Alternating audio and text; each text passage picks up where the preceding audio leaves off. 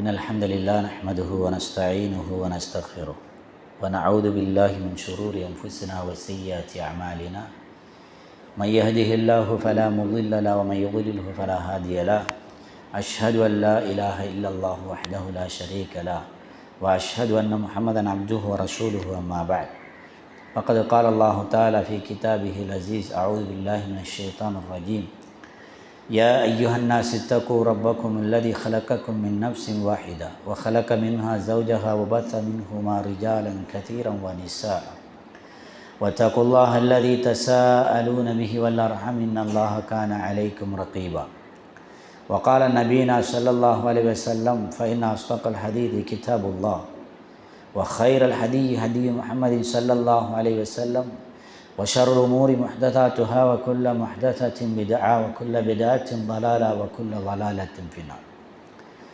எல்லாம் வல்ல அல்லாஹ்வுக்கு சுப்ஹானஹு வ தஆலாவை போற்றுவோம் புகழ்வோம். எம் கண்மணி நாயகம் ஸல்லல்லாஹு அலைஹி வஸல்லம் அவர்கள் மீது சாந்தி சமாதானம் உரைப்போம். இறுதி நாள் வரைக்கும் அன்னவரின் அடிச்சுவடை பின்பற்றுவோம் இன்ஷா அல்லாஹ். எல்லாம் வல்ல அல்லாஹ்வுக்கு சுப்ஹானஹு வ தஆலாவுடைய திருவதனத்தை மர்ம நாளையில் நேரடியாக பார்க்கக்கூடிய ஒரு வாய்ப்பை எனக்கும் உங்களுக்கும் அல்லாஹ் ரப்புல் ஆலமீன் தந்தருள்வானார். அன்புக்குரிய தாய்மார்களே, சகோதரிகளே, நாம் நம் சமூக சூழலில் வாழ்ந்து கொண்டிருக்கிற போது எம்மை படைத்த ரப்பையும் அந்த ரப்பின் அனுப்பி வைத்த தூதரையும் மறந்து வாழ்கிற சில வாழ்க்கை வழிமுறைகளை நாம் கண்டு வாழ்கிறோம். இஸ்லாமிய சூழல் என்கின்ற ஒன்றே காண முடியாதா என்று கேள்விக்கணை கேட்கின்ற அளவுக்கு இன்று சமூக சூழல் மாறிக்கொண்டு செல்வதை பார்க்கிறோம். இஸ்லாமியர்கள் என்பதற்காக சில அடையாளங்களை வைத்து அந்த அடையாளங்கள் கூட இன்று நகர்ந்து செல்வதை நாங்கள் பார்க்குறோம். குறிப்பாக சில நேரம் பபாய்களும் பரதாக்களும் தொப்பிகளும் வெள்ளைச்சேட்டுகளும் என்று பார்க்குற அந்த சூழல் கூட இன்றைக்கு அரிதாகி போய்கொண்டு செல்வதை பார்க்கிறோம். அப்படி என்றால் இப்போது இருக்கக்கூடிய இந்த சமூக சூழலில் இஸ்லாத்தினுடைய வரையறைகளை மீறி வாழ்கிற ஒரு சமூகம் வாழ்ந்து கொண்டிருப்பதை பார்க்கிறோம். இஸ்லாமிய சட்டங்களுக்கும் அதனுடைய உரிமைகளை கொடுக்கின்ற முஸ்லிம்களை நாம் காணவில்லை. அன்புக்குரியவர்கள், இதுதான் சட்டம் என்று பட்டவர்த்தனமாக சொல்கிற அந்த நேரத்தில் அந்த சட்டங்களை ஏற்று நடக்கின்ற அளவுக்கு மனோநிலைகள் மக்களை விட்டும் புறம்பாகி கொண்டு செல்வதை பார்த்து கொண்டிருக்கிறோம். எனவேதான் சமூக சூழலில் வாழுகின்ற நேரம் ஒரு வீட்டு சூழல் என்பதை இஸ்லாமிய மயப்படுத்தப்பட்டிருந்தால்தான் இஸ்லாம் இருக்கும். அப்போதுதான் அந்த வீட்டுக்கு பரக்கத்தும் இருக்கும். நாமெல்லாம் நினைத்தவாறெல்லாம் சொல்லிக்கொள்கிறோம். நான் உழைக்கிறேன், எதையும் காணவில்லை. என்னிடத்தில் கையில் காசு வருகிறது, அடுத்த நேரம் என்னிடத்தில் இல்லை, பரக்கத்தையே காணவில்லை என்று நாங்கள்லாம் பரக்கத் என்கின்ற ஒன்றை தேடி அலைந்து திரிவதை பார்க்கிறோம். கையிலே அல்லாஹ் பரக்கத்தை தந்திருப்பான், இதுதான் அந்த பரக்கத்து என்று அறியாமல் நாம் எல்லாம் தெரிகிறதை பார்க்கிறோம்.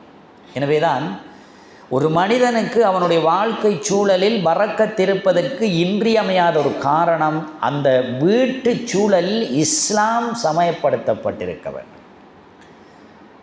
சமூகம் அடுத்தப்பட வேண்டிய ஒரு இஸ்லாத்தினுடைய முதற்கண் அந்த வீட்டு சூழலில் இருந்திருக்க வேண்டும். இருந்தால்தான் அது சமூக சூழலாக மாறும். அப்போதுதான் இஸ்லாமிய மயப்படுத்தப்படும், இறைவன் தருகிற அந்த பரக்கத்தை நியமத்தாக ஏற்றுக்கொள்கிற ஒரு மனோபாவம் வரும்.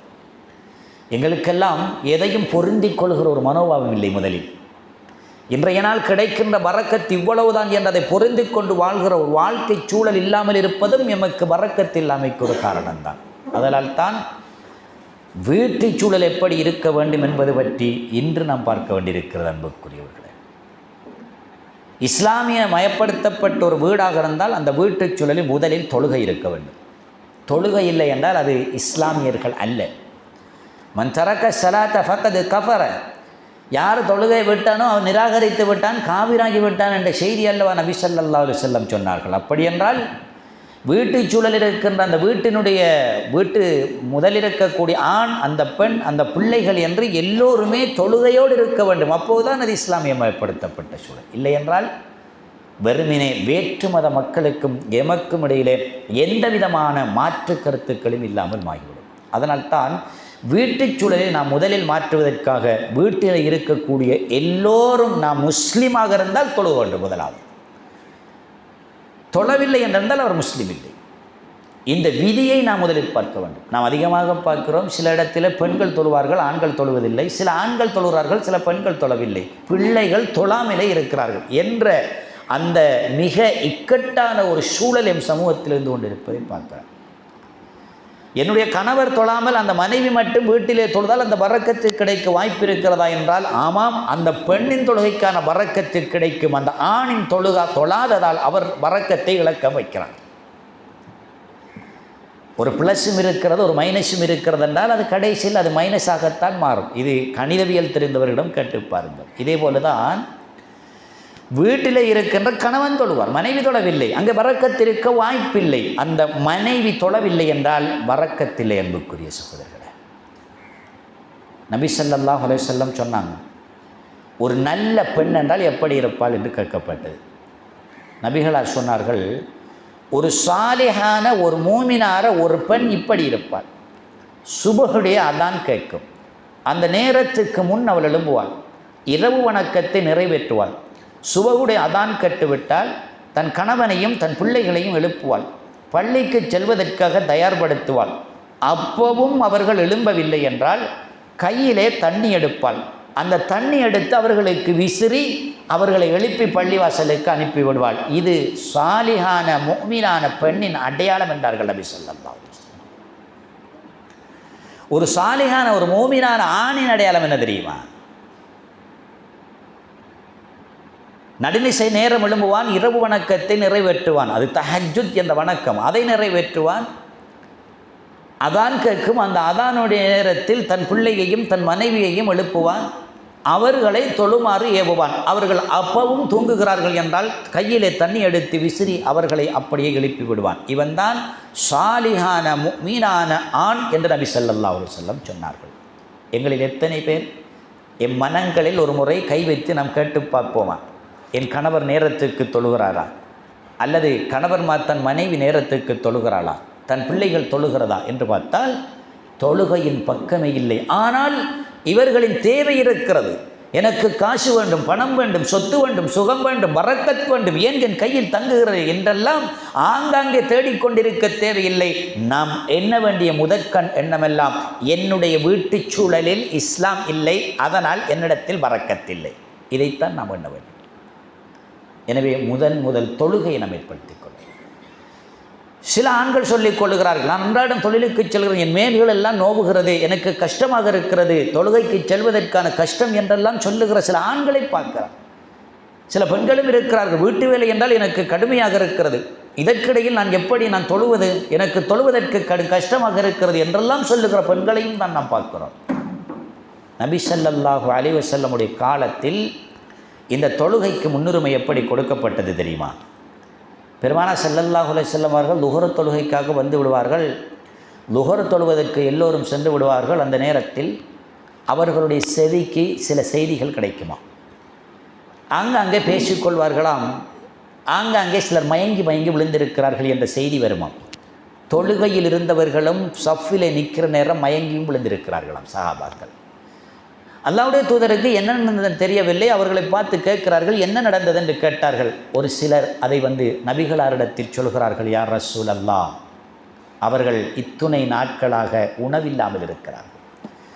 3 நாட்கள் 4 நாட்கள் தான் உண்பதற்கு உணவில்லாமல் இருந்த அந்த நிலையிலும் கூட பள்ளிவாசலுக்கு சென்று தொழுகையை ஜமாஅத்தோடு நிறைவேற்றினார்கள் என்ற செய்தியைத்தான் நாம் பார்க்கிறோம். அப்படி நாம் இல்லை அன்புக்குரியவர்களே. அல்லாஹ் பரக்கத் அளித்திருக்கிறான். வீட்டிலே தொழுகை இல்லாத அந்த சூழலிலும் அல்லாஹ் நமக்கு அவனுடைய நியமத்தை தந்து கொண்டிருக்கிறான் என்றால் ஒவ்வொருவரும் இராவணக்கத்தில் ஈடுபட வேண்டிய அவசியம் இருக்கிறது நமக்கு.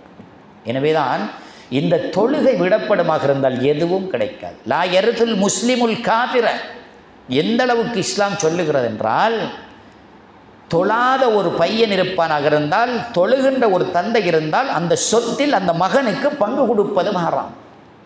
மார்க்கம் இப்படி சொல்கிறது. தன்னுடைய மகள் தொழவில்லை என்றால் அவருக்கு அந்த இஸ்லாத்தில் தான் சொத்தை பங்கிட வேண்டிய அவசியம் இல்லை என்று இஸ்லாம் சொல்லுகிறது. தொழாதவர்களுக்கு சொத்தில் கூட பங்கு கொடுக்க முடியாது என்ற செய்தியை இஸ்லாம் நமக்கு சொல்லுகிற போது வீட்டுச் சூழலில் அதிகமானவர்கள் இன்று குரட்டை விட்டு தூங்கிக் கொண்டே இருக்கிறார். அல்லாஹ் ரப்புல் ஆலமீன் நடுநிசை நேரம் இறுதி வானத்துக்கு வருகிறானாம். எவ்வளவு பெரிய ஒரு சான்ஸ் தெரியுமா? நம்ம பகுதிகளிலெல்லாம் ஜனாதிபதி இந்த ஊருக்கு வருகிறாராம் என்றால் இந்த ஊர் மக்கள் மாத்திரமல்ல, இந்த ஊரை சொல்ல உள்ள எத்தனையோ ஊர்களெல்லாம் இந்த இடத்தில் வந்து காத்து கொண்டிருப்பார்கள். மணிக்கணக்கில் நாட்கணக்கில் காத்து கொண்டிருப்பார்கள் அவரை வெறுமனே பார்ப்பதற்காக. அல்லாஹ் சொல்கிறான், நபிகளா ஸல்லல்லாஹு அலைஹி வஸல்லம் சொல்லி காட்டுகிறார்கள், ஒவ்வொரு நாளும் வானத்தின் இறுதி வானத்துக்கு அல்லாஹ் வருகிறான். 7 வானங்கள், 7வது வானமான கீழ்த்தட்டில் இருக்கக்கூடிய வானத்துக்கு அல்லாஹ் வருகிறான். வந்து கேட்கிறானாம், மனிதர்களே, உங்களில் யாராவது என்னிடத்தில் எதையேனும் கேட்க வேண்டுமென்றால் கேளுங்கள், பிழைபொறுக்க வேண்டுமா கேளுங்கள், உதவி தேவை வேண்டுமா என்னிடத்தில் கேளுங்கள், நான் உங்களுக்கு தருகிறேன் என்று அல்லாஹ் சொல்கிறானாம். சுப்ஹானல்லாஹ், எப்படியான ஒரு வாய்ப்பு என்று பாருங்கள். இரவின் நடுநிசை நேரம் சுமார் 2 மணியிலிருந்து 4 மணி அளவுக்கு இருக்கின்ற அந்த நேரம் அல்லாஹ் வந்திருக்கிறான். சற்று சிந்தித்து பாருங்கள். என் பகுதிகளில் 2 மணி வரை 3 மணி வரை தன் கையில் இருக்கிற கைபேசியோடு அப்படியோ குந்திக் கொண்டிருக்கிற ஒரு பையன் அல்லது சில பெண்களும் சில ஆண்களும் கைபேசியோடு இரவின் நடுநிசை வரைக்கும் உட்கார்ந்திருப்பார்கள். ஆனால் அவர்களுக்கு இஷாவும் இல்லை, மகரிப் இல்லை, அஸ்ர் இல்லை, லுகர் இல்லை, தஹஜ்ஜுதும் இல்லை. இத்துணைக்கு மத்தியிலே அல்லாஹ் அவர்களுக்கு உணவு கொடுக்க வேண்டும். அல்லாஹ் சேவகனா? செய்வதெல்லாம் அத்துணையும் தவறு. ஆனால் இறைவன் எனக்கு பரக்கத் அளிக்கவில்லை என்று இறைவனை குறையாக கூறுவது. நாம் செய்கின்ற செயற்பாடுகளை எடுத்து பாருங்கள். இஷாவுடைய தொழுது முடிந்து விட்டால் நீங்கள் தூங்கிவிட வேண்டும் என்று இஸ்லாம் சொல்லுகிறது. என் பிள்ளைகள் எல்லாம் சில ஆண்களும் கூட இரவின் நடுநிசை வரைக்கும் முழித்திருப்பதற்காக இஸ்லாத்தின் பாதையில் எந்த விதமான வழிகாட்டலும் இல்லையே. ஆனால் இரவில் பிற்பகுதியில் உண்ணுகிற உறங்காமல் இருக்கின்ற கைபேசிகளோடு பேசிக்கொண்டிருக்கிற அந்த சமூகம் என்று கூடிவிட்டது. பரக்கத் என்பது உலகத்தில் இல்லாமலாகிவிட்டது. அதிகமான கோழிகளை பொறிக்கின்ற அல்லது சுடுகின்ற கடைகள் எல்லாம் இரவின் நடுநிசை நேரம் அப்படியே திறக்கப்பட்டிருக்கிறது. சுப்ஹானல்லாஹ், பள்ளிவாசல்கள் திறக்கப்பட்டு இறைவனிடத்தில் இறாஞ்சி கேட்கின்ற ஒரு நிலைமை உருவாக்கப்பட வேண்டிய ஒரு சமூகத்தில் என்னையோ ஒரு கடைகள் எல்லாம் திறக்கப்பட்டு அதிலே டீ குடிப்பதற்காக, உணவு உண்பதற்காக குடும்ப சகிதம் சேர்ந்து நடுராத்திரியை செல்கிறார்கள். அல்லாஹ் நடுநிசை நேரத்தில் கேட்கிறான், உங்களுடைய ஏதாவது உதவி வேண்டுமா, எதையாவது பாவத்தை மன்னிக்க வேண்டுமா என்று அல்லாஹ் கேட்கிறானே. அந்த நேரத்தில் இருகரம் என்று இறைவனிடத்தில் தொழுது வணங்கி இறப்பு கேட்க வேண்டிய அந்த நேரத்தில் கொரட்டை விட்டு உறங்கிக் கொண்டிருக்கிறார்கள். சுப்ஹானல்லாஹ். எனவே தொழுகை இல்லாத வீட்டில் பரக்கத்து வருவதற்கான வாய்ப்பே இல்லை. அன்புக்குரிய சகோதரர், நாம் சற்று சிந்திக்க கடமைப்பட்ட விடயம் என்னவென்றால், வீட்டிலே ஒரு கணவன் இருக்கிறார். அந்த கணவன் தொழுகிறாரே இல்லை என்றால் எந்த ஒரு மனைவியாவது இந்த கணவன் எனக்கு தேவையில்லை என்ற வரலாறே கிடையாது.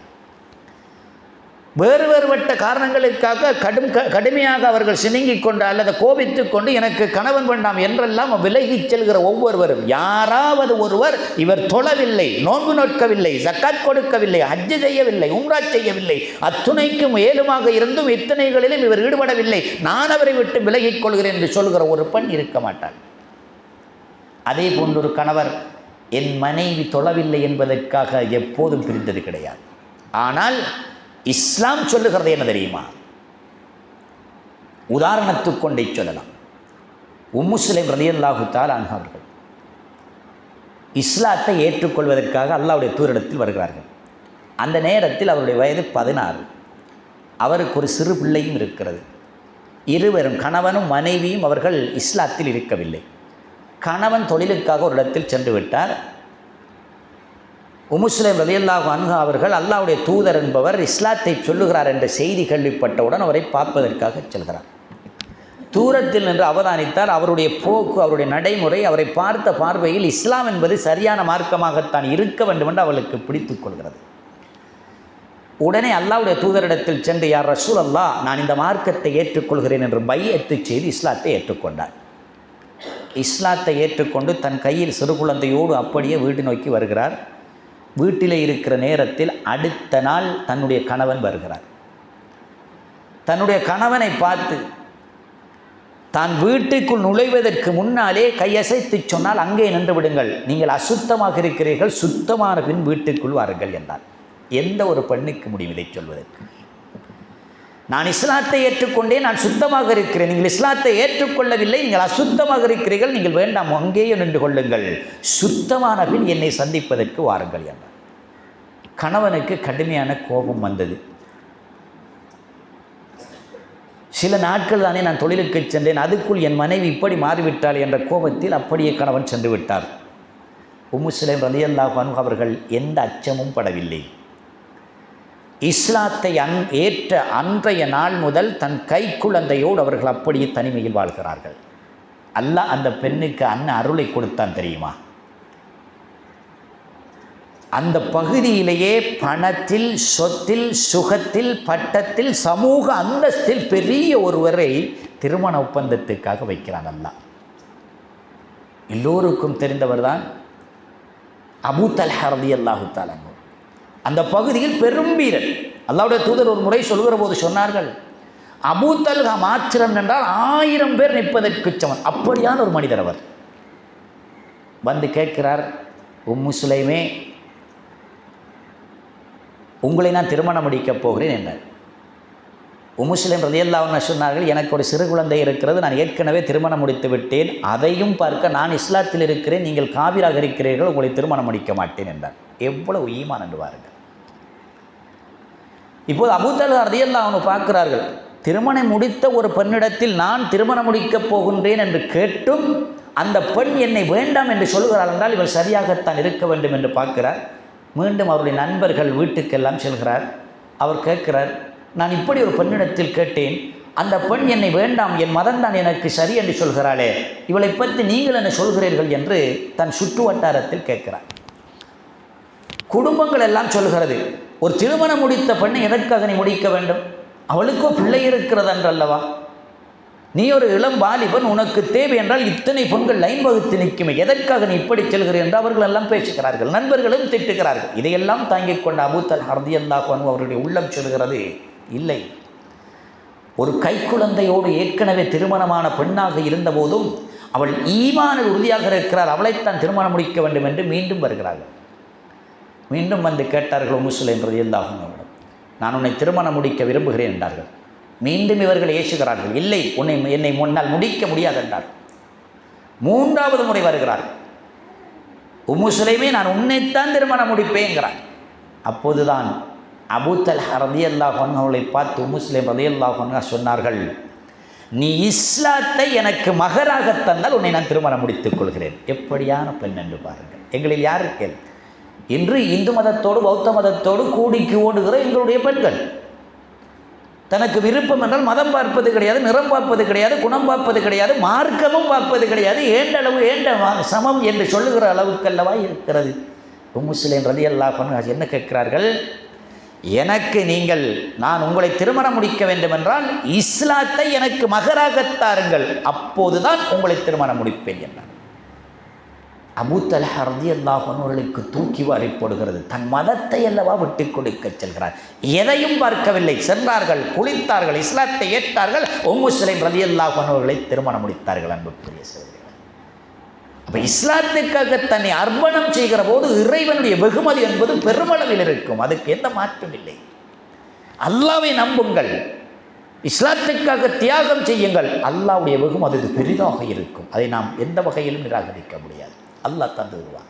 அதனால்தான் உம்மு சுலைம் ரலியல்லாஹு தஆலா அன்ஹா அவர்கள் பெரும் ஒரு சமூக அந்தஸ்துள்ள ஒரு வீரனை திருமணம் முடிக்க வாய்ப்பு ஏற்பட்டது. எந்த அளவுக்கு கண்டால் வரலாறுகள் சொல்கிறது, அபூ தல்ஹா ரலியல்லாஹு அன்ஹு அவர்கள் மரணித்ததன் பின்னால் இன்னும் பல கோடீஸ்வரர்களும் அங்கு வாழ்ந்த பெரும் பெரும் வித்தகர்களும் அவரை திருமணம் முடிக்க வேண்டும் என்று அணிவகுத்து நின்ற அந்த செய்திகள் கூட ஹதீஸ்களிலே நாம் பார்க்கிறோம். அன்புக்குரிய, எனவேதான் இஸ்லாத்தோடு இருப்பதென்றால் முதலில் கலிமா சொல்வதோடு தொழுகை என்பதும் இருக்க வேண்டும். இல்லை என்றால் அவர் இஸ்லாமியர் இல்லை.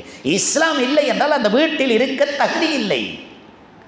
கணவன் தொழவில்லை என்றால் நீங்கள் சொல்லுங்கள், ஒரு முறை சொல்லுங்கள், இருமுறை சொல்லுங்கள், மூன்றாம் முறை சொல்லுங்கள், அவரை விட்டு பிரிவதற்கும் மார்க்கம் சொல்லுகிறது. ஆனால் எளிதில் பிரிய வேண்டும் அல்ல, ஆனால் பிரிவதற்கு மார்க்கம் சொல்கிறதா என்றால் மார்க்கம் சொல்கிறது. அன்புக்குரியவர்கள், எங்களுடைய ஈமான் அந்த அளவுக்கு இல்லை. நபி ஸல்லல்லாஹு அலைஹி வஸல்லம் அவர்கள் சொல்லுகிறார்கள், ஒரு இணை வைத்தவனுக்கும் ஒரு முஸ்லிமுக்கும் ஒரு முஷ்ரிக்குக்கும் இடையிலே என்ன வித்தியாசம் இருக்கிறது என்றால், அவன் தொழுதால் முஸ்லிம், தொழவில்லை என்றால் அவன் முஷ்ரிக், அவன் காபிர் என்றார்கள் நபி ஸல்லல்லாஹு அலைஹி வஸல்லம். எனவேதான் என் வீட்டில் வாழுகிற வீட்டுச் சூழலில் இருக்கிற என் மகன், என் மகள், என்னுடைய கணவன் என்பவர்கள் இஸ்லாத்தில் இருக்கிறார்களா இல்லையா என்பதை ஒவ்வொருவரும் உரசிப்பார்கள். அவர்கள் தொழுகுவிடத்துக்கு சென்றுதான் ஆக வேண்டும். இமாம்கள் என்ன சொல்கிறார்கள் தெரியுமா? ஒருவர் தொழவில்லை என்றிருந்தால் அவருடைய கழுத்தை வெட்டுங்கள், அவர்களை இஸ்லாம் அல்லாதவர்கள் மையவாடிக்கு கொண்டு சென்றவர்களை புதைத்து விடுங்கள் என்றல்லவா சில கருத்துக்கள் இருக்கிறது இஸ்லாத்திலே. இதையெல்லாம் அவர்களுக்கு கட்டாயம் சொல்ல வேண்டும். அல்லாஹ் மர்ம நாளையிலே கபரிலே கேட்கப்படுகிற ஒரு கேள்வி, முதலாவது கேள்வி அஸ்ஸலா, தொழுகை பற்றியதுதான். தொழவில்லை என்றிருந்தால் ஏனைய கேள்விகள் இல்லை. அவர் அப்படி இருக்கிறார், வேதனைகள் அவருக்கு வந்து கொண்டே இருக்க. எனவேதான் வீட்டுச் சூழலில் முதலில் நாம் பார்க்க வேண்டியது தொழுகை இருக்கிறதா என்று பார்த்து கொள்ளுங்கள் என்பதற்குரியவர்கள். தொழுகை இல்லை என்றிருந்தால் இஸ்லாமே இல்லை. நாங்கள் மாப்பிள்ளை பார்க்குற நேரம் அந்த மாப்பிள்ளையை நாங்கள் வைத்து சிலரெல்லாம் அப்படியே சூழ இருப்பார்கள். குடும்ப தலைவர்கள் எல்லாம் சென்று மாப்பிள்ளை பார்ப்பதற்காக சென்றிருப்பார்கள். மாப்பிள்ளை படித்திருக்கிறாரா, பட்டம் பெற்றிருக்கிறாரா, இல்லை மாப்பிள்ளைக்கு சொத்து வத்துக்கள் இருக்கிறதா, நல்ல வருமானம் இருக்கிறதா, அவருடைய உம்மா எப்படி, வாப்பா எப்படி, குடும்பங்கள் எல்லாம் எப்படி, வீழ்ந்தால் எழுப்பக்கூடிய அளவுக்கு பொருளாதாரம் இருக்கிறதா என்றெல்லாம் பார்ப்பார்கள்.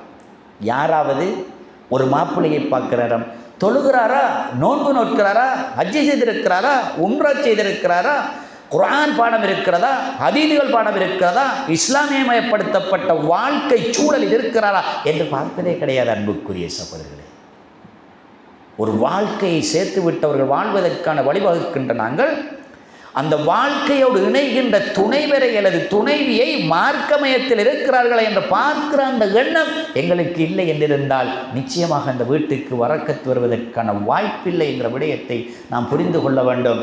அல்லாஹ் எம் அனைவரையும் மன்னித்து கொள்ள வேண்டும். நாங்கள் தொழவில்லை என்றிருந்தால் வேறு கேள்விகள் இல்லை, கபரில் எங்களுக்கு வேதனை நிச்சயம் என்ற விடயத்தை நாங்கள் இறுதியாக ஏற்றுக்கொள்வோம். எனவேதான் வீட்டுச் சூழலில் முதல் பார்க்க வேண்டிய விடயம் தொழுகை இருக்கிறதா இல்லையா என்று நாம் பார்க்க வேண்டும். ஒவ்வொரு வீட்டிலும் தொழுவதற்கான பிரத்யேக இடம் ஒன்று இருக்க வேண்டும். குறிப்பாக இப்போது பெண்கள் ஜமாஅத்துக்காக தொழுகைக்கு பள்ளிவாசலுக்கு செல்வதற்கு கிடையாது. ஆனால் வீடுகளிலே தொழுவதற்கென்று பிரத்யேகமான ஒரு இடங்கள் இருக்கத்தான் வேண்டும். இன்று சில மாடி வீடுகளும் இருக்கிறது, பெரிய பெரிய வீடுகளும் இருக்கிறது. அந்த வீட்டுகளிலே பிரத்யேகமாக ஒரு அறை வைத்து மரத்தை வைத்து அழகு பார்ப்பதற்கு வைத்திருக்கிறார்கள். ஆனால் வீட்டிலே தொழுவதற்கு இடம் இருக்கிறதா என்றால் இல்லை.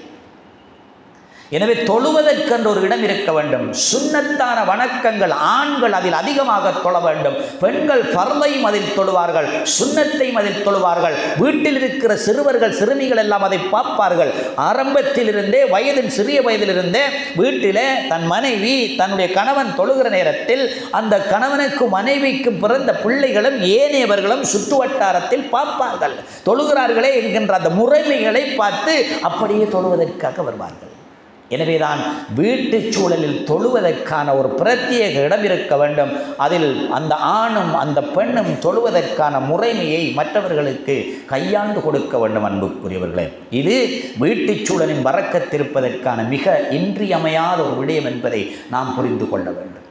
இரண்டாவது, பரக்கத்தை இல்லாமலாக்கிற இன்னும் ஒரு வீட்டுச் சூழல் விடயம்தான் அஜ்னபியத்து மஹரமியத்து பார்ப்பதே கிடையாது.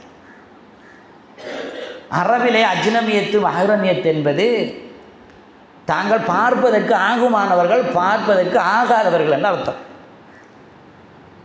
இந்த பாகுபாடு வீட்டுச் சூழலில் இல்லை. அதிகமானவருடையத்தில் தன்னுடைய கணவரினுடைய தம்பியோ நானாவோ வீட்டுக்கு வருவதென்றால் அவர் அந்நியவர்.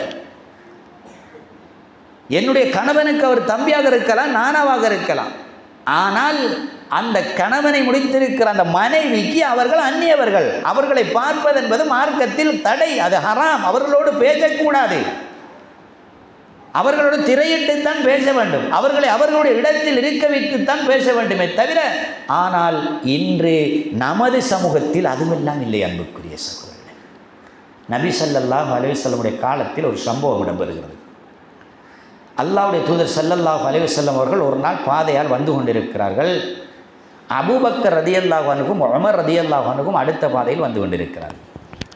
அல்லாஹ்வுடைய தூதர் சந்தித்ததும் கேட்டார்கள், நீங்கள் இருவரும் எங்கிருந்து வருகிறீர்கள் என்று கேட்டார்கள். அப்போது அபூபக்கர் ரதி அவர்களும் உமர் ரதி அவர்களும் சொன்னார்கள், எங்களுக்கு கடுமையான பசி யார் ரசூலுல்லாஹ், நான் பசியை தீர்த்து கொள்ள இடம் எங்காவது இருக்குமா என்று தேடி வருகிறோம் என்றார்கள். அல்லாஹ்வுடைய தூதரும் சொன்னார்கள், எனக்கும் பசியாக இருக்கிறது தான், நானும் எதுவாவது கிடைக்குமா என்றுதான் வருகிறேன், வாருங்கள் என்று மூவருமாக சென்றார்கள். ஒரு அன்சாரி தோழர், அவர் கொஞ்சம் வசதியாக இருந்த தோழர், அவருடைய வீட்டுக்கு சென்றார்கள். அவர் அந்த நேரம் வீட்டில் இல்லை, கதவை தட்டுகிறார்கள். கதவை தட்டினார்கள். உள்ளே இருந்து குரல் வருகிறது, தன்னுடைய கணவர் சந்தைக்கு வியாபாரத்துக்கு சென்றிருக்கிறார் என்று. அல்லாஹ்வுடைய தூதர் அபூபக்கர் அலி, உமர் அலி, இஸ்லாத்தில் மிக பெரும் பெருந்தகைகள் வீட்டினுள் செல்லவில்லை, கதவு திறக்கப்படவும் இல்லை. முன்றலில் ஒரு மரம் இருந்தது, அந்த மரலின் நிழலில் அவர்கள் மூவரும் அப்படியே நின்றார்கள். சற்று நேரமானது. வியாபாரத்தை முடித்து கொண்டு அந்த அன்சாரி தோழர் வந்தார். அல்லாஹ்வுடைய தூதரை கண்டார். யா ரசூலல்லாஹ், இது என்னுடைய வீடு, வீட்டுக்குள் செல்லுங்கள். மனைவியை அழைத்தார். அல்லாஹ்வுடைய தூதர் வந்திருக்கிறார், ஏன் நீங்கள் அழைக்கவில்லை என்று கேட்டார். மதம் எனக்கு தனிமையில் இருக்கிற நேரம் அப்படி சொல்லவில்லையே என்றார். அல்லாஹ்வுடைய தூதர் சிரித்துவிட்டு சொன்னார்கள், இஸ்லாமிய பெண்ணினுடைய அடையாளத்தை கண்டிருக்கிறார்கள் பெருமானார் ஸல்லல்லாஹு அலைஹி வஸல்லம். அல்லாஹ்வுடைய தூதர் அபூபக்கர் அலி, உமர் அலி அவர்கள் நினைத்திருந்தால் வீட்டினுள் அழைத்து வைத்திருக்கலாம். அவர்கள் அழைக்கவில்லை, அவர்கள் விட்டுவிட்டார்கள். மரத்தின் ஓரத்தில் நின்றார்கள். அந்த அன்சாரி தோழர் வருகிறார். அதன் பின்னால் தான் வீட்டினுள் கதவு திறந்து உள்ளே விடப்படுகிறது என்ற செய்தியை நாம் வைத்து பார்க்கிற நேரம், என் சமூகத்தில் வாழ்கிற என் சகோதரிகளுக்கு நான் சொல்லுகிற விடயம் என்ன தெரியுமா? கட்டாரில் இருக்கிற என்னுடைய கணவர் அவரோடு இருந்த ஒருவரிடம் எனக்கு ஏதாவது ஒரு பொருளை கொடுத்தால், அந்த பொருளை எடுத்து வருகின்றவர் இந்த வீட்டுக்கு வந்து அந்த மனைவிடத்தில் கொடுத்து உட்கார்ந்திருந்து உண்டுவிட்டு உறங்கிவிட்டு செல்கிற அசிங்கமான சம்பவங்கள் கேள்விப்படுகிறோமா இல்லையா? காரணம், அல்லாஹ்வுடைய தூதரை வெளியில் இருக்கிற நேரம் எந்த வகையில் அந்நிய ஒரு ஆண் இந்த வீட்டுக்கு அந்த கணவன் அனுப்பி வைப்பார் என்பதை சிந்திக்க கடமைப்பட்டிருக்கிறோம் அன்புக்குரியவர்களே. என்று அதிகபட்சம் ஏற்படுகிறது. எந்த அளவுக்கென்றால், பிரயாணம் நாளைக்கு எனக்கு என்று சொல்லிவிட வந்தவரிடத்தில், வாருங்கள் நாளைக்கு உங்கள் குடும்பத்துக்கு சாப்பாடு என்று சொல்லி அந்த வகை வகையான சாப்பாடுகளை எடுத்து அவளாக நின்று அதை பகிர்ந்தளிக்கின்ற சில முறைமைகளையும் கண்டுகளிக்கிறோம். இவைகளெல்லாம் அஜ்னபியத்து மஹ்ரமியத்து பேணப்படாத அநாகரிகமான செயல்கள் இன்று மிலேச்சத்தனமாக நடந்து கொண்டிருக்கிறது. அதனால் தான் இன்று சமூக சீரழிவு அதிகம் இடம்பெற்றுக் கொண்டிருப்பதை பார்க்கிற அன்புக்குரியவர்களே. சில பெண்மணிகள் இருக்கிறார்கள், தன்னுடைய பிள்ளை பாடசாலைக்கு செல்ல வேண்டும் அல்லது பிரத்யேக வகுப்புக்கு செல்ல வேண்டும் என்றால் போவதற்கு யாரும் இல்லை என்றால் மாமாவின் மகனை கூப்பிட்டு மாமியின் மகளை ஏற்றிச் செல்ல வைப்பது, அல்லது பெரியப்பாவின் மகளை கூப்பிட்டு சின்னம்மாவின் மகளை ஏற்றிச் செல்ல வைப்பது. மார்க்கம் யாரை பார்க்கக்கூடாது என்றதோ அவர்களை தாமாக சேர்ந்து நீங்கள் போங்கள் என்று அனுப்பி விடுகிறார்கள். அன்புக்குரியவர்களே, எந்த அளவு சாத்தியங்களெல்லாம் மார்க்கம் தடை செய்வதையெல்லாம் எந்த அளவுக்கு வெட்ட வெளிச்சத்தில் விடுகிறார்கள் என்றால், கணவனின் தம்பி அல்லது நானா அந்த வீட்டுக்கு வருகிறார், மதினியோடு அழகாக பேசுகிறார், அடுப்பங்கரை வரைக்கும் சென்று ஆக்கிய சோத்தையும் பானையில் எடுத்து பார்க்கிறார், கறி எடுக்கிறார், உண்ணுகிறார். அவர் நினைத்தவாறு அங்கே இருக்கிறார். அல்லாஹ்வுடைய தூதர் என்ன சொன்னார்கள்? சஹாபாக்கள் கேட்டார்கள், யா ரசூலல்லாஹ், அஜ்னபியத்து மஹ்ரமியத்து பற்றி சொல்லுகிறீர்களே, அப்படி என்றால் என்னுடைய கணவனுடைய தம்பி என் வீட்டுக்குள் வருவது பற்றி என்ன சொல்கிறீர்கள் என்று கேட்டபோது அல்லாஹ்வுடைய தூதர் சொன்னார்கள், அல் ஹமு அல் மௌத் என்றார்கள் நபி ஸல்லல்லாஹு அலைஹி வஸல்லம். அப்படி என்றால் மச்சினன் தான் உன்னை மௌத்தாக்கக்கூடியவன் என்றார்கள் நபி ஸல்லல்லாஹு அலைஹி வஸல்லம். ஒரு மதினி தான் உன்னை மௌத்தாக்கக்கூடியவன் என்றார்கள் நபி ஸல்லல்லாஹு அலைஹி வஸல்லம். மச்சானுக்கு கூட ஒரு மதினியை ஏற்றி பாடசாலைக்கோ பிரத்யேக வகுப்புக்கோ இன்னவர வேலைகளுக்கோ அனுப்புவதென்பது மார்க்கம் தடை செய்யப்பட்ட விடயம் அல்லவா? இதை சரளமாக நம் சமூகம் செய்துவிட்டு ஏதாவது ஒரு தவறு இழந்து விட்டால் அப்போதுதான் அது தவறு என்று உணரக்கூடிய அதிகமானவர்களை காண்கிறோம். எனவேதான் அன்புக்குரிய சகோதரிகளே, ஹராம் ஹலால் அஜ்னபியத் மஹ்ரமியத் பேணக்கூடிய சூழலை வீட்டில் உருவாக்குங்கள். நிச்சயமாக இஸ்லாமிய மயப்படுத்தப்பட்ட வீட்டுச் சூழலை உருவாக்கலாம், சமூக சூழலை உருவாக்கலாம். நபி ஸல்லல்லாஹு அலைஹி வஸல்லம் அவர்கள் சொன்னார்கள், தன்னுடைய வீடுகள் எப்போதும் திரையிடப்பட்டதாக இருக்க வேண்டும், கதவுகள் திறக்கப்பட்டிருக்கக்கூடாது. இன்று எம் சமூக மத்தியில் பார்க்கிற போது கதவையும் திறப்பார்கள், கேட்டையும் திறப்பார்கள், கேட்டுக்கு முன்னுக்கு வந்து குந்திக் கொள்வார்கள், எதையாவது ஆரையாவது பற்றி அலசி ஆராய்ந்து அந்த இடத்தில் குந்தி பேசிக்கொண்டே இருப்பார்கள். இது ஷைத்தானுடைய வேலை அல்லவா? அல்லாஹ்வுடைய தூதர் சொல்கிறார்கள், உங்களுடைய கதவுகளை மூடிக்கொள்ளுங்கள். யாராவது வந்தால் அந்த திரைக்கு அப்பால்தான் நிற்க வேண்டும். வருகிறவருக்கு சட்டத்தை சொல்கிறது மார்க்கம். யாராவது தன் வீட்டுக்கு வந்தால் கதவின் முன்பகுதியிலிருந்து சலாம் சொல்லக்கூடாது. கதவின் மறுபக்கத்திலிருந்து மறைவில் நின்று தான் சலாம் சொல்ல வேண்டும். ஒரு முறை அஸ்ஸலாமு அலைக்கும் என்க வேண்டும். பதில் வரவில்லையா இரண்டாவது முறை சொல்ல வேண்டும். அப்பவும் பதில் வரவில்லையா மூன்றாவது முறை சொல்ல வேண்டும். அப்பவும் பதில் வரவில்லை என்றால் அவர் திரும்பி சென்று விட வேண்டுமே தவிர வீட்டினுள் வந்து கூடாது. இன்று என்ன நடக்கிறது? வருவார்கள், ஒரு முறை கூப்பிட்டு கொண்டே நடுவீட்டுக்குள் வந்து விடுவார்கள். அப்பவும் காணவில்லை என்றால் அங்கே அடுப்பங்கரை வரைக்கும் வந்து விடுவார்கள். அதுவும் காணவில்லை என்றால் எங்கே என்று அவர்களை கூச்சலிட்டு கூப்பிடுகின்ற அளவிற்கு இன்றைய சமூகம் மாறிவிட்டது. சமூக சூழலில் அஜ்னபியத்து மஹ்ரபியத்து அறவே இல்லை என்கின்ற அளவுக்கு மாறியிருப்பதை பார்க்கிறோம். எங்களிலே சிலர் சொல்லிக் கொள்வார்கள், மாமாவின் மகள் என்றால் 40 நாளைக்கு திருமணம் முடிக்காமல் வைத்திருக்கலாம் என்று பழங்காலத்தில் சொன்ன ஒரு பழைய கதை, அதை சமயமாக மாற்றிக்கொள்கிறார்கள். ஹராம். நாம் மறைந்திருக்க வேண்டியவர்களுக்கெல்லாம் நாங்கள் அப்படி வெட்ட வெளிச்சத்தில் இருந்து பேசிக்கொண்டிருக்கிறோம். இது மார்க்கம் தடை செய்யப்பட்டது. அன்புக்குரியவர்கள், மறைக்க கூடாததை மறைக்கிறார்கள், மறைக்க வேண்டியதை மறைக்காமல் இருக்கிறார்கள். மாமியார்கள் எல்லாம் மறைகிறார்கள், மதினிமாரெல்லாம் மறைக்காமல் இருக்கிறார். மாமியார்கள் எப்படி தெரியுமா? மறைய வேண்டிய அவசியமே கிடையாது. மாமி அவர்கள் தாய்க்கு சமனானவர்கள். அவர்கள் அந்த மருமகனை அழகாக பார்க்கலாம், நின்று பேசலாம், கதைக்கலாம், எல்லாம் செய்யலாம். அவர்களுக்கு அனுமதி இருக்கிறது. ஆனால் மதினி அப்படி செய்ய முடியாது. ஆனால் இன்று என்ன நடக்கிறது? மதினிமார் தான் மாமியார் போலும், மாமியார் மதினிமார் போலும் மறைந்து மாமியார் நிற்க மறையாமலே நேரில் நின்று பேசக்கூடிய மதினியாமார்களை பார்க்கிறார். இது அஜ்னபியத்து மஹ்ரமியத்தை முற்றிலும் பாதிக்கிறது. அப்படி இருந்தால் சமூக சீரழிவு வருவதை யாரும் தடுக்க முடியாது. அன்புக்குரிய சகோதரர்களே, எனவேதான் வீட்டு சூழலில் நாங்கள் அஜ்னபியத்து மஹ்ரமியத்தை கட்டாயமாக பேணிக்கொள்ள வேண்டும். பாடசாலைக்கு பிள்ளைகளை படிப்பதற்காக அனுப்புகிறார்கள், நாம் ஏற்றுக்கொள்கிறோம். அங்கேயும் ஆணும் பெண்ணும் இரண்டரை கலந்திருக்கிற பாடசாலைகளால் இருக்கிறது. நமக்கு நிர்பந்தம், ஆண் வேறு பெண் வேறு பாடசாலை வைக்க முடியாத ஒரு நிர்பந்தம் இருக்கிறது. இது இருக்கின்ற பௌத்த நாடு, இது இஸ்லாமிய நாடல்ல. இந்த நாடு நினைத்தாலும் செய்ய முடியாத ஒரு இக்கட்டான சூழல் இருக்கிறது. அதனால் ஆணும் பெண்ணும் படிக்கக்கூடிய சூழலில் அனுப்புகிறோம். அது ஒரு நிர்பந்தம். குறிப்பிட்ட ஒரு நேரம் படித்து விட்டு வந்தால் போதாதான்? பிரத்யேக பாடம் என்ற போர்வையில் இரவின் 9 மணி வரைக்கும் தன்னுடைய பிள்ளையை, அதுவும் பெண் பிள்ளையை பாடத்துக்கு அனுப்புகிற தாய்க்கும் தந்தைக்கும் என்ன சொல்வது? அன்புக்குரியவர்களே, தன்னுடைய மகள் அப்படியோ ஆசிரியராகிவிட்டால் அல்லது வேறுபட்ட தொழிலாகிவிட்டால், அது எங்கோ ஒரு இடத்தில் அந்த தொழில் கிடைக்குமாக இருந்தால் அந்த இடத்துக்கு அனுப்புவதில் அவள் தனிமையில் தான் போய்கொண்டிருக்கிறாள். அங்கு பார்ப்பதே கிடையாது. அன்புக்குரியவர்களே, தனிமையில் சின்னம்மாவின் வீட்டுக்கு போக முடியாது, பெரியப்பாவின் வீட்டுக்கு போக முடியாது. அக்கம் பக்கத்து வீட்டுக்கு போய்விட்டால் எதற்காக தனிமையில் போனா என்று கேட்கின்ற ஒருவர் பாடசாலைக்கு பிரத்யேக வகுப்புக்காக இரவு 9 மணி வரைக்கும் அந்த பிள்ளை தனிமையில் தானே சென்றது, தனிமையில் தானே வந்தது. யார் பார்த்தார்கள்? அன்புக்குரிய சகோதரிகளே, எனவேதான் அஜ்னபியத் மஹ்ரமியத் என்பதை மிகவும் பாரதூரமாக பார்க்க வேண்டிய ஒரு தலைப்பு. அந்த விடயத்தில் நாம் சரிவர இருப்போம் என்றிருந்தால் சுத்தமான ஈமானுடைய ஒரு சமூக சூழலை, இஸ்லாமிய சமூக சூழலை நாம் அடையலாம். இல்லை என்றிருந்தால் நிச்சயமாக எம் சமூக சீரழிவில் எந்த விதத்திலும் நம்மளை தடுக்க முடியாது. எமது பிள்ளைகளும், எமது ஆண் பிள்ளை பெண் பிள்ளைகள் இத்துணை பேரும் நிச்சயமாக அந்த சமூக சீரழிவுடைய சூத்திரதாரிகளாக இருந்து விடுவார்கள்.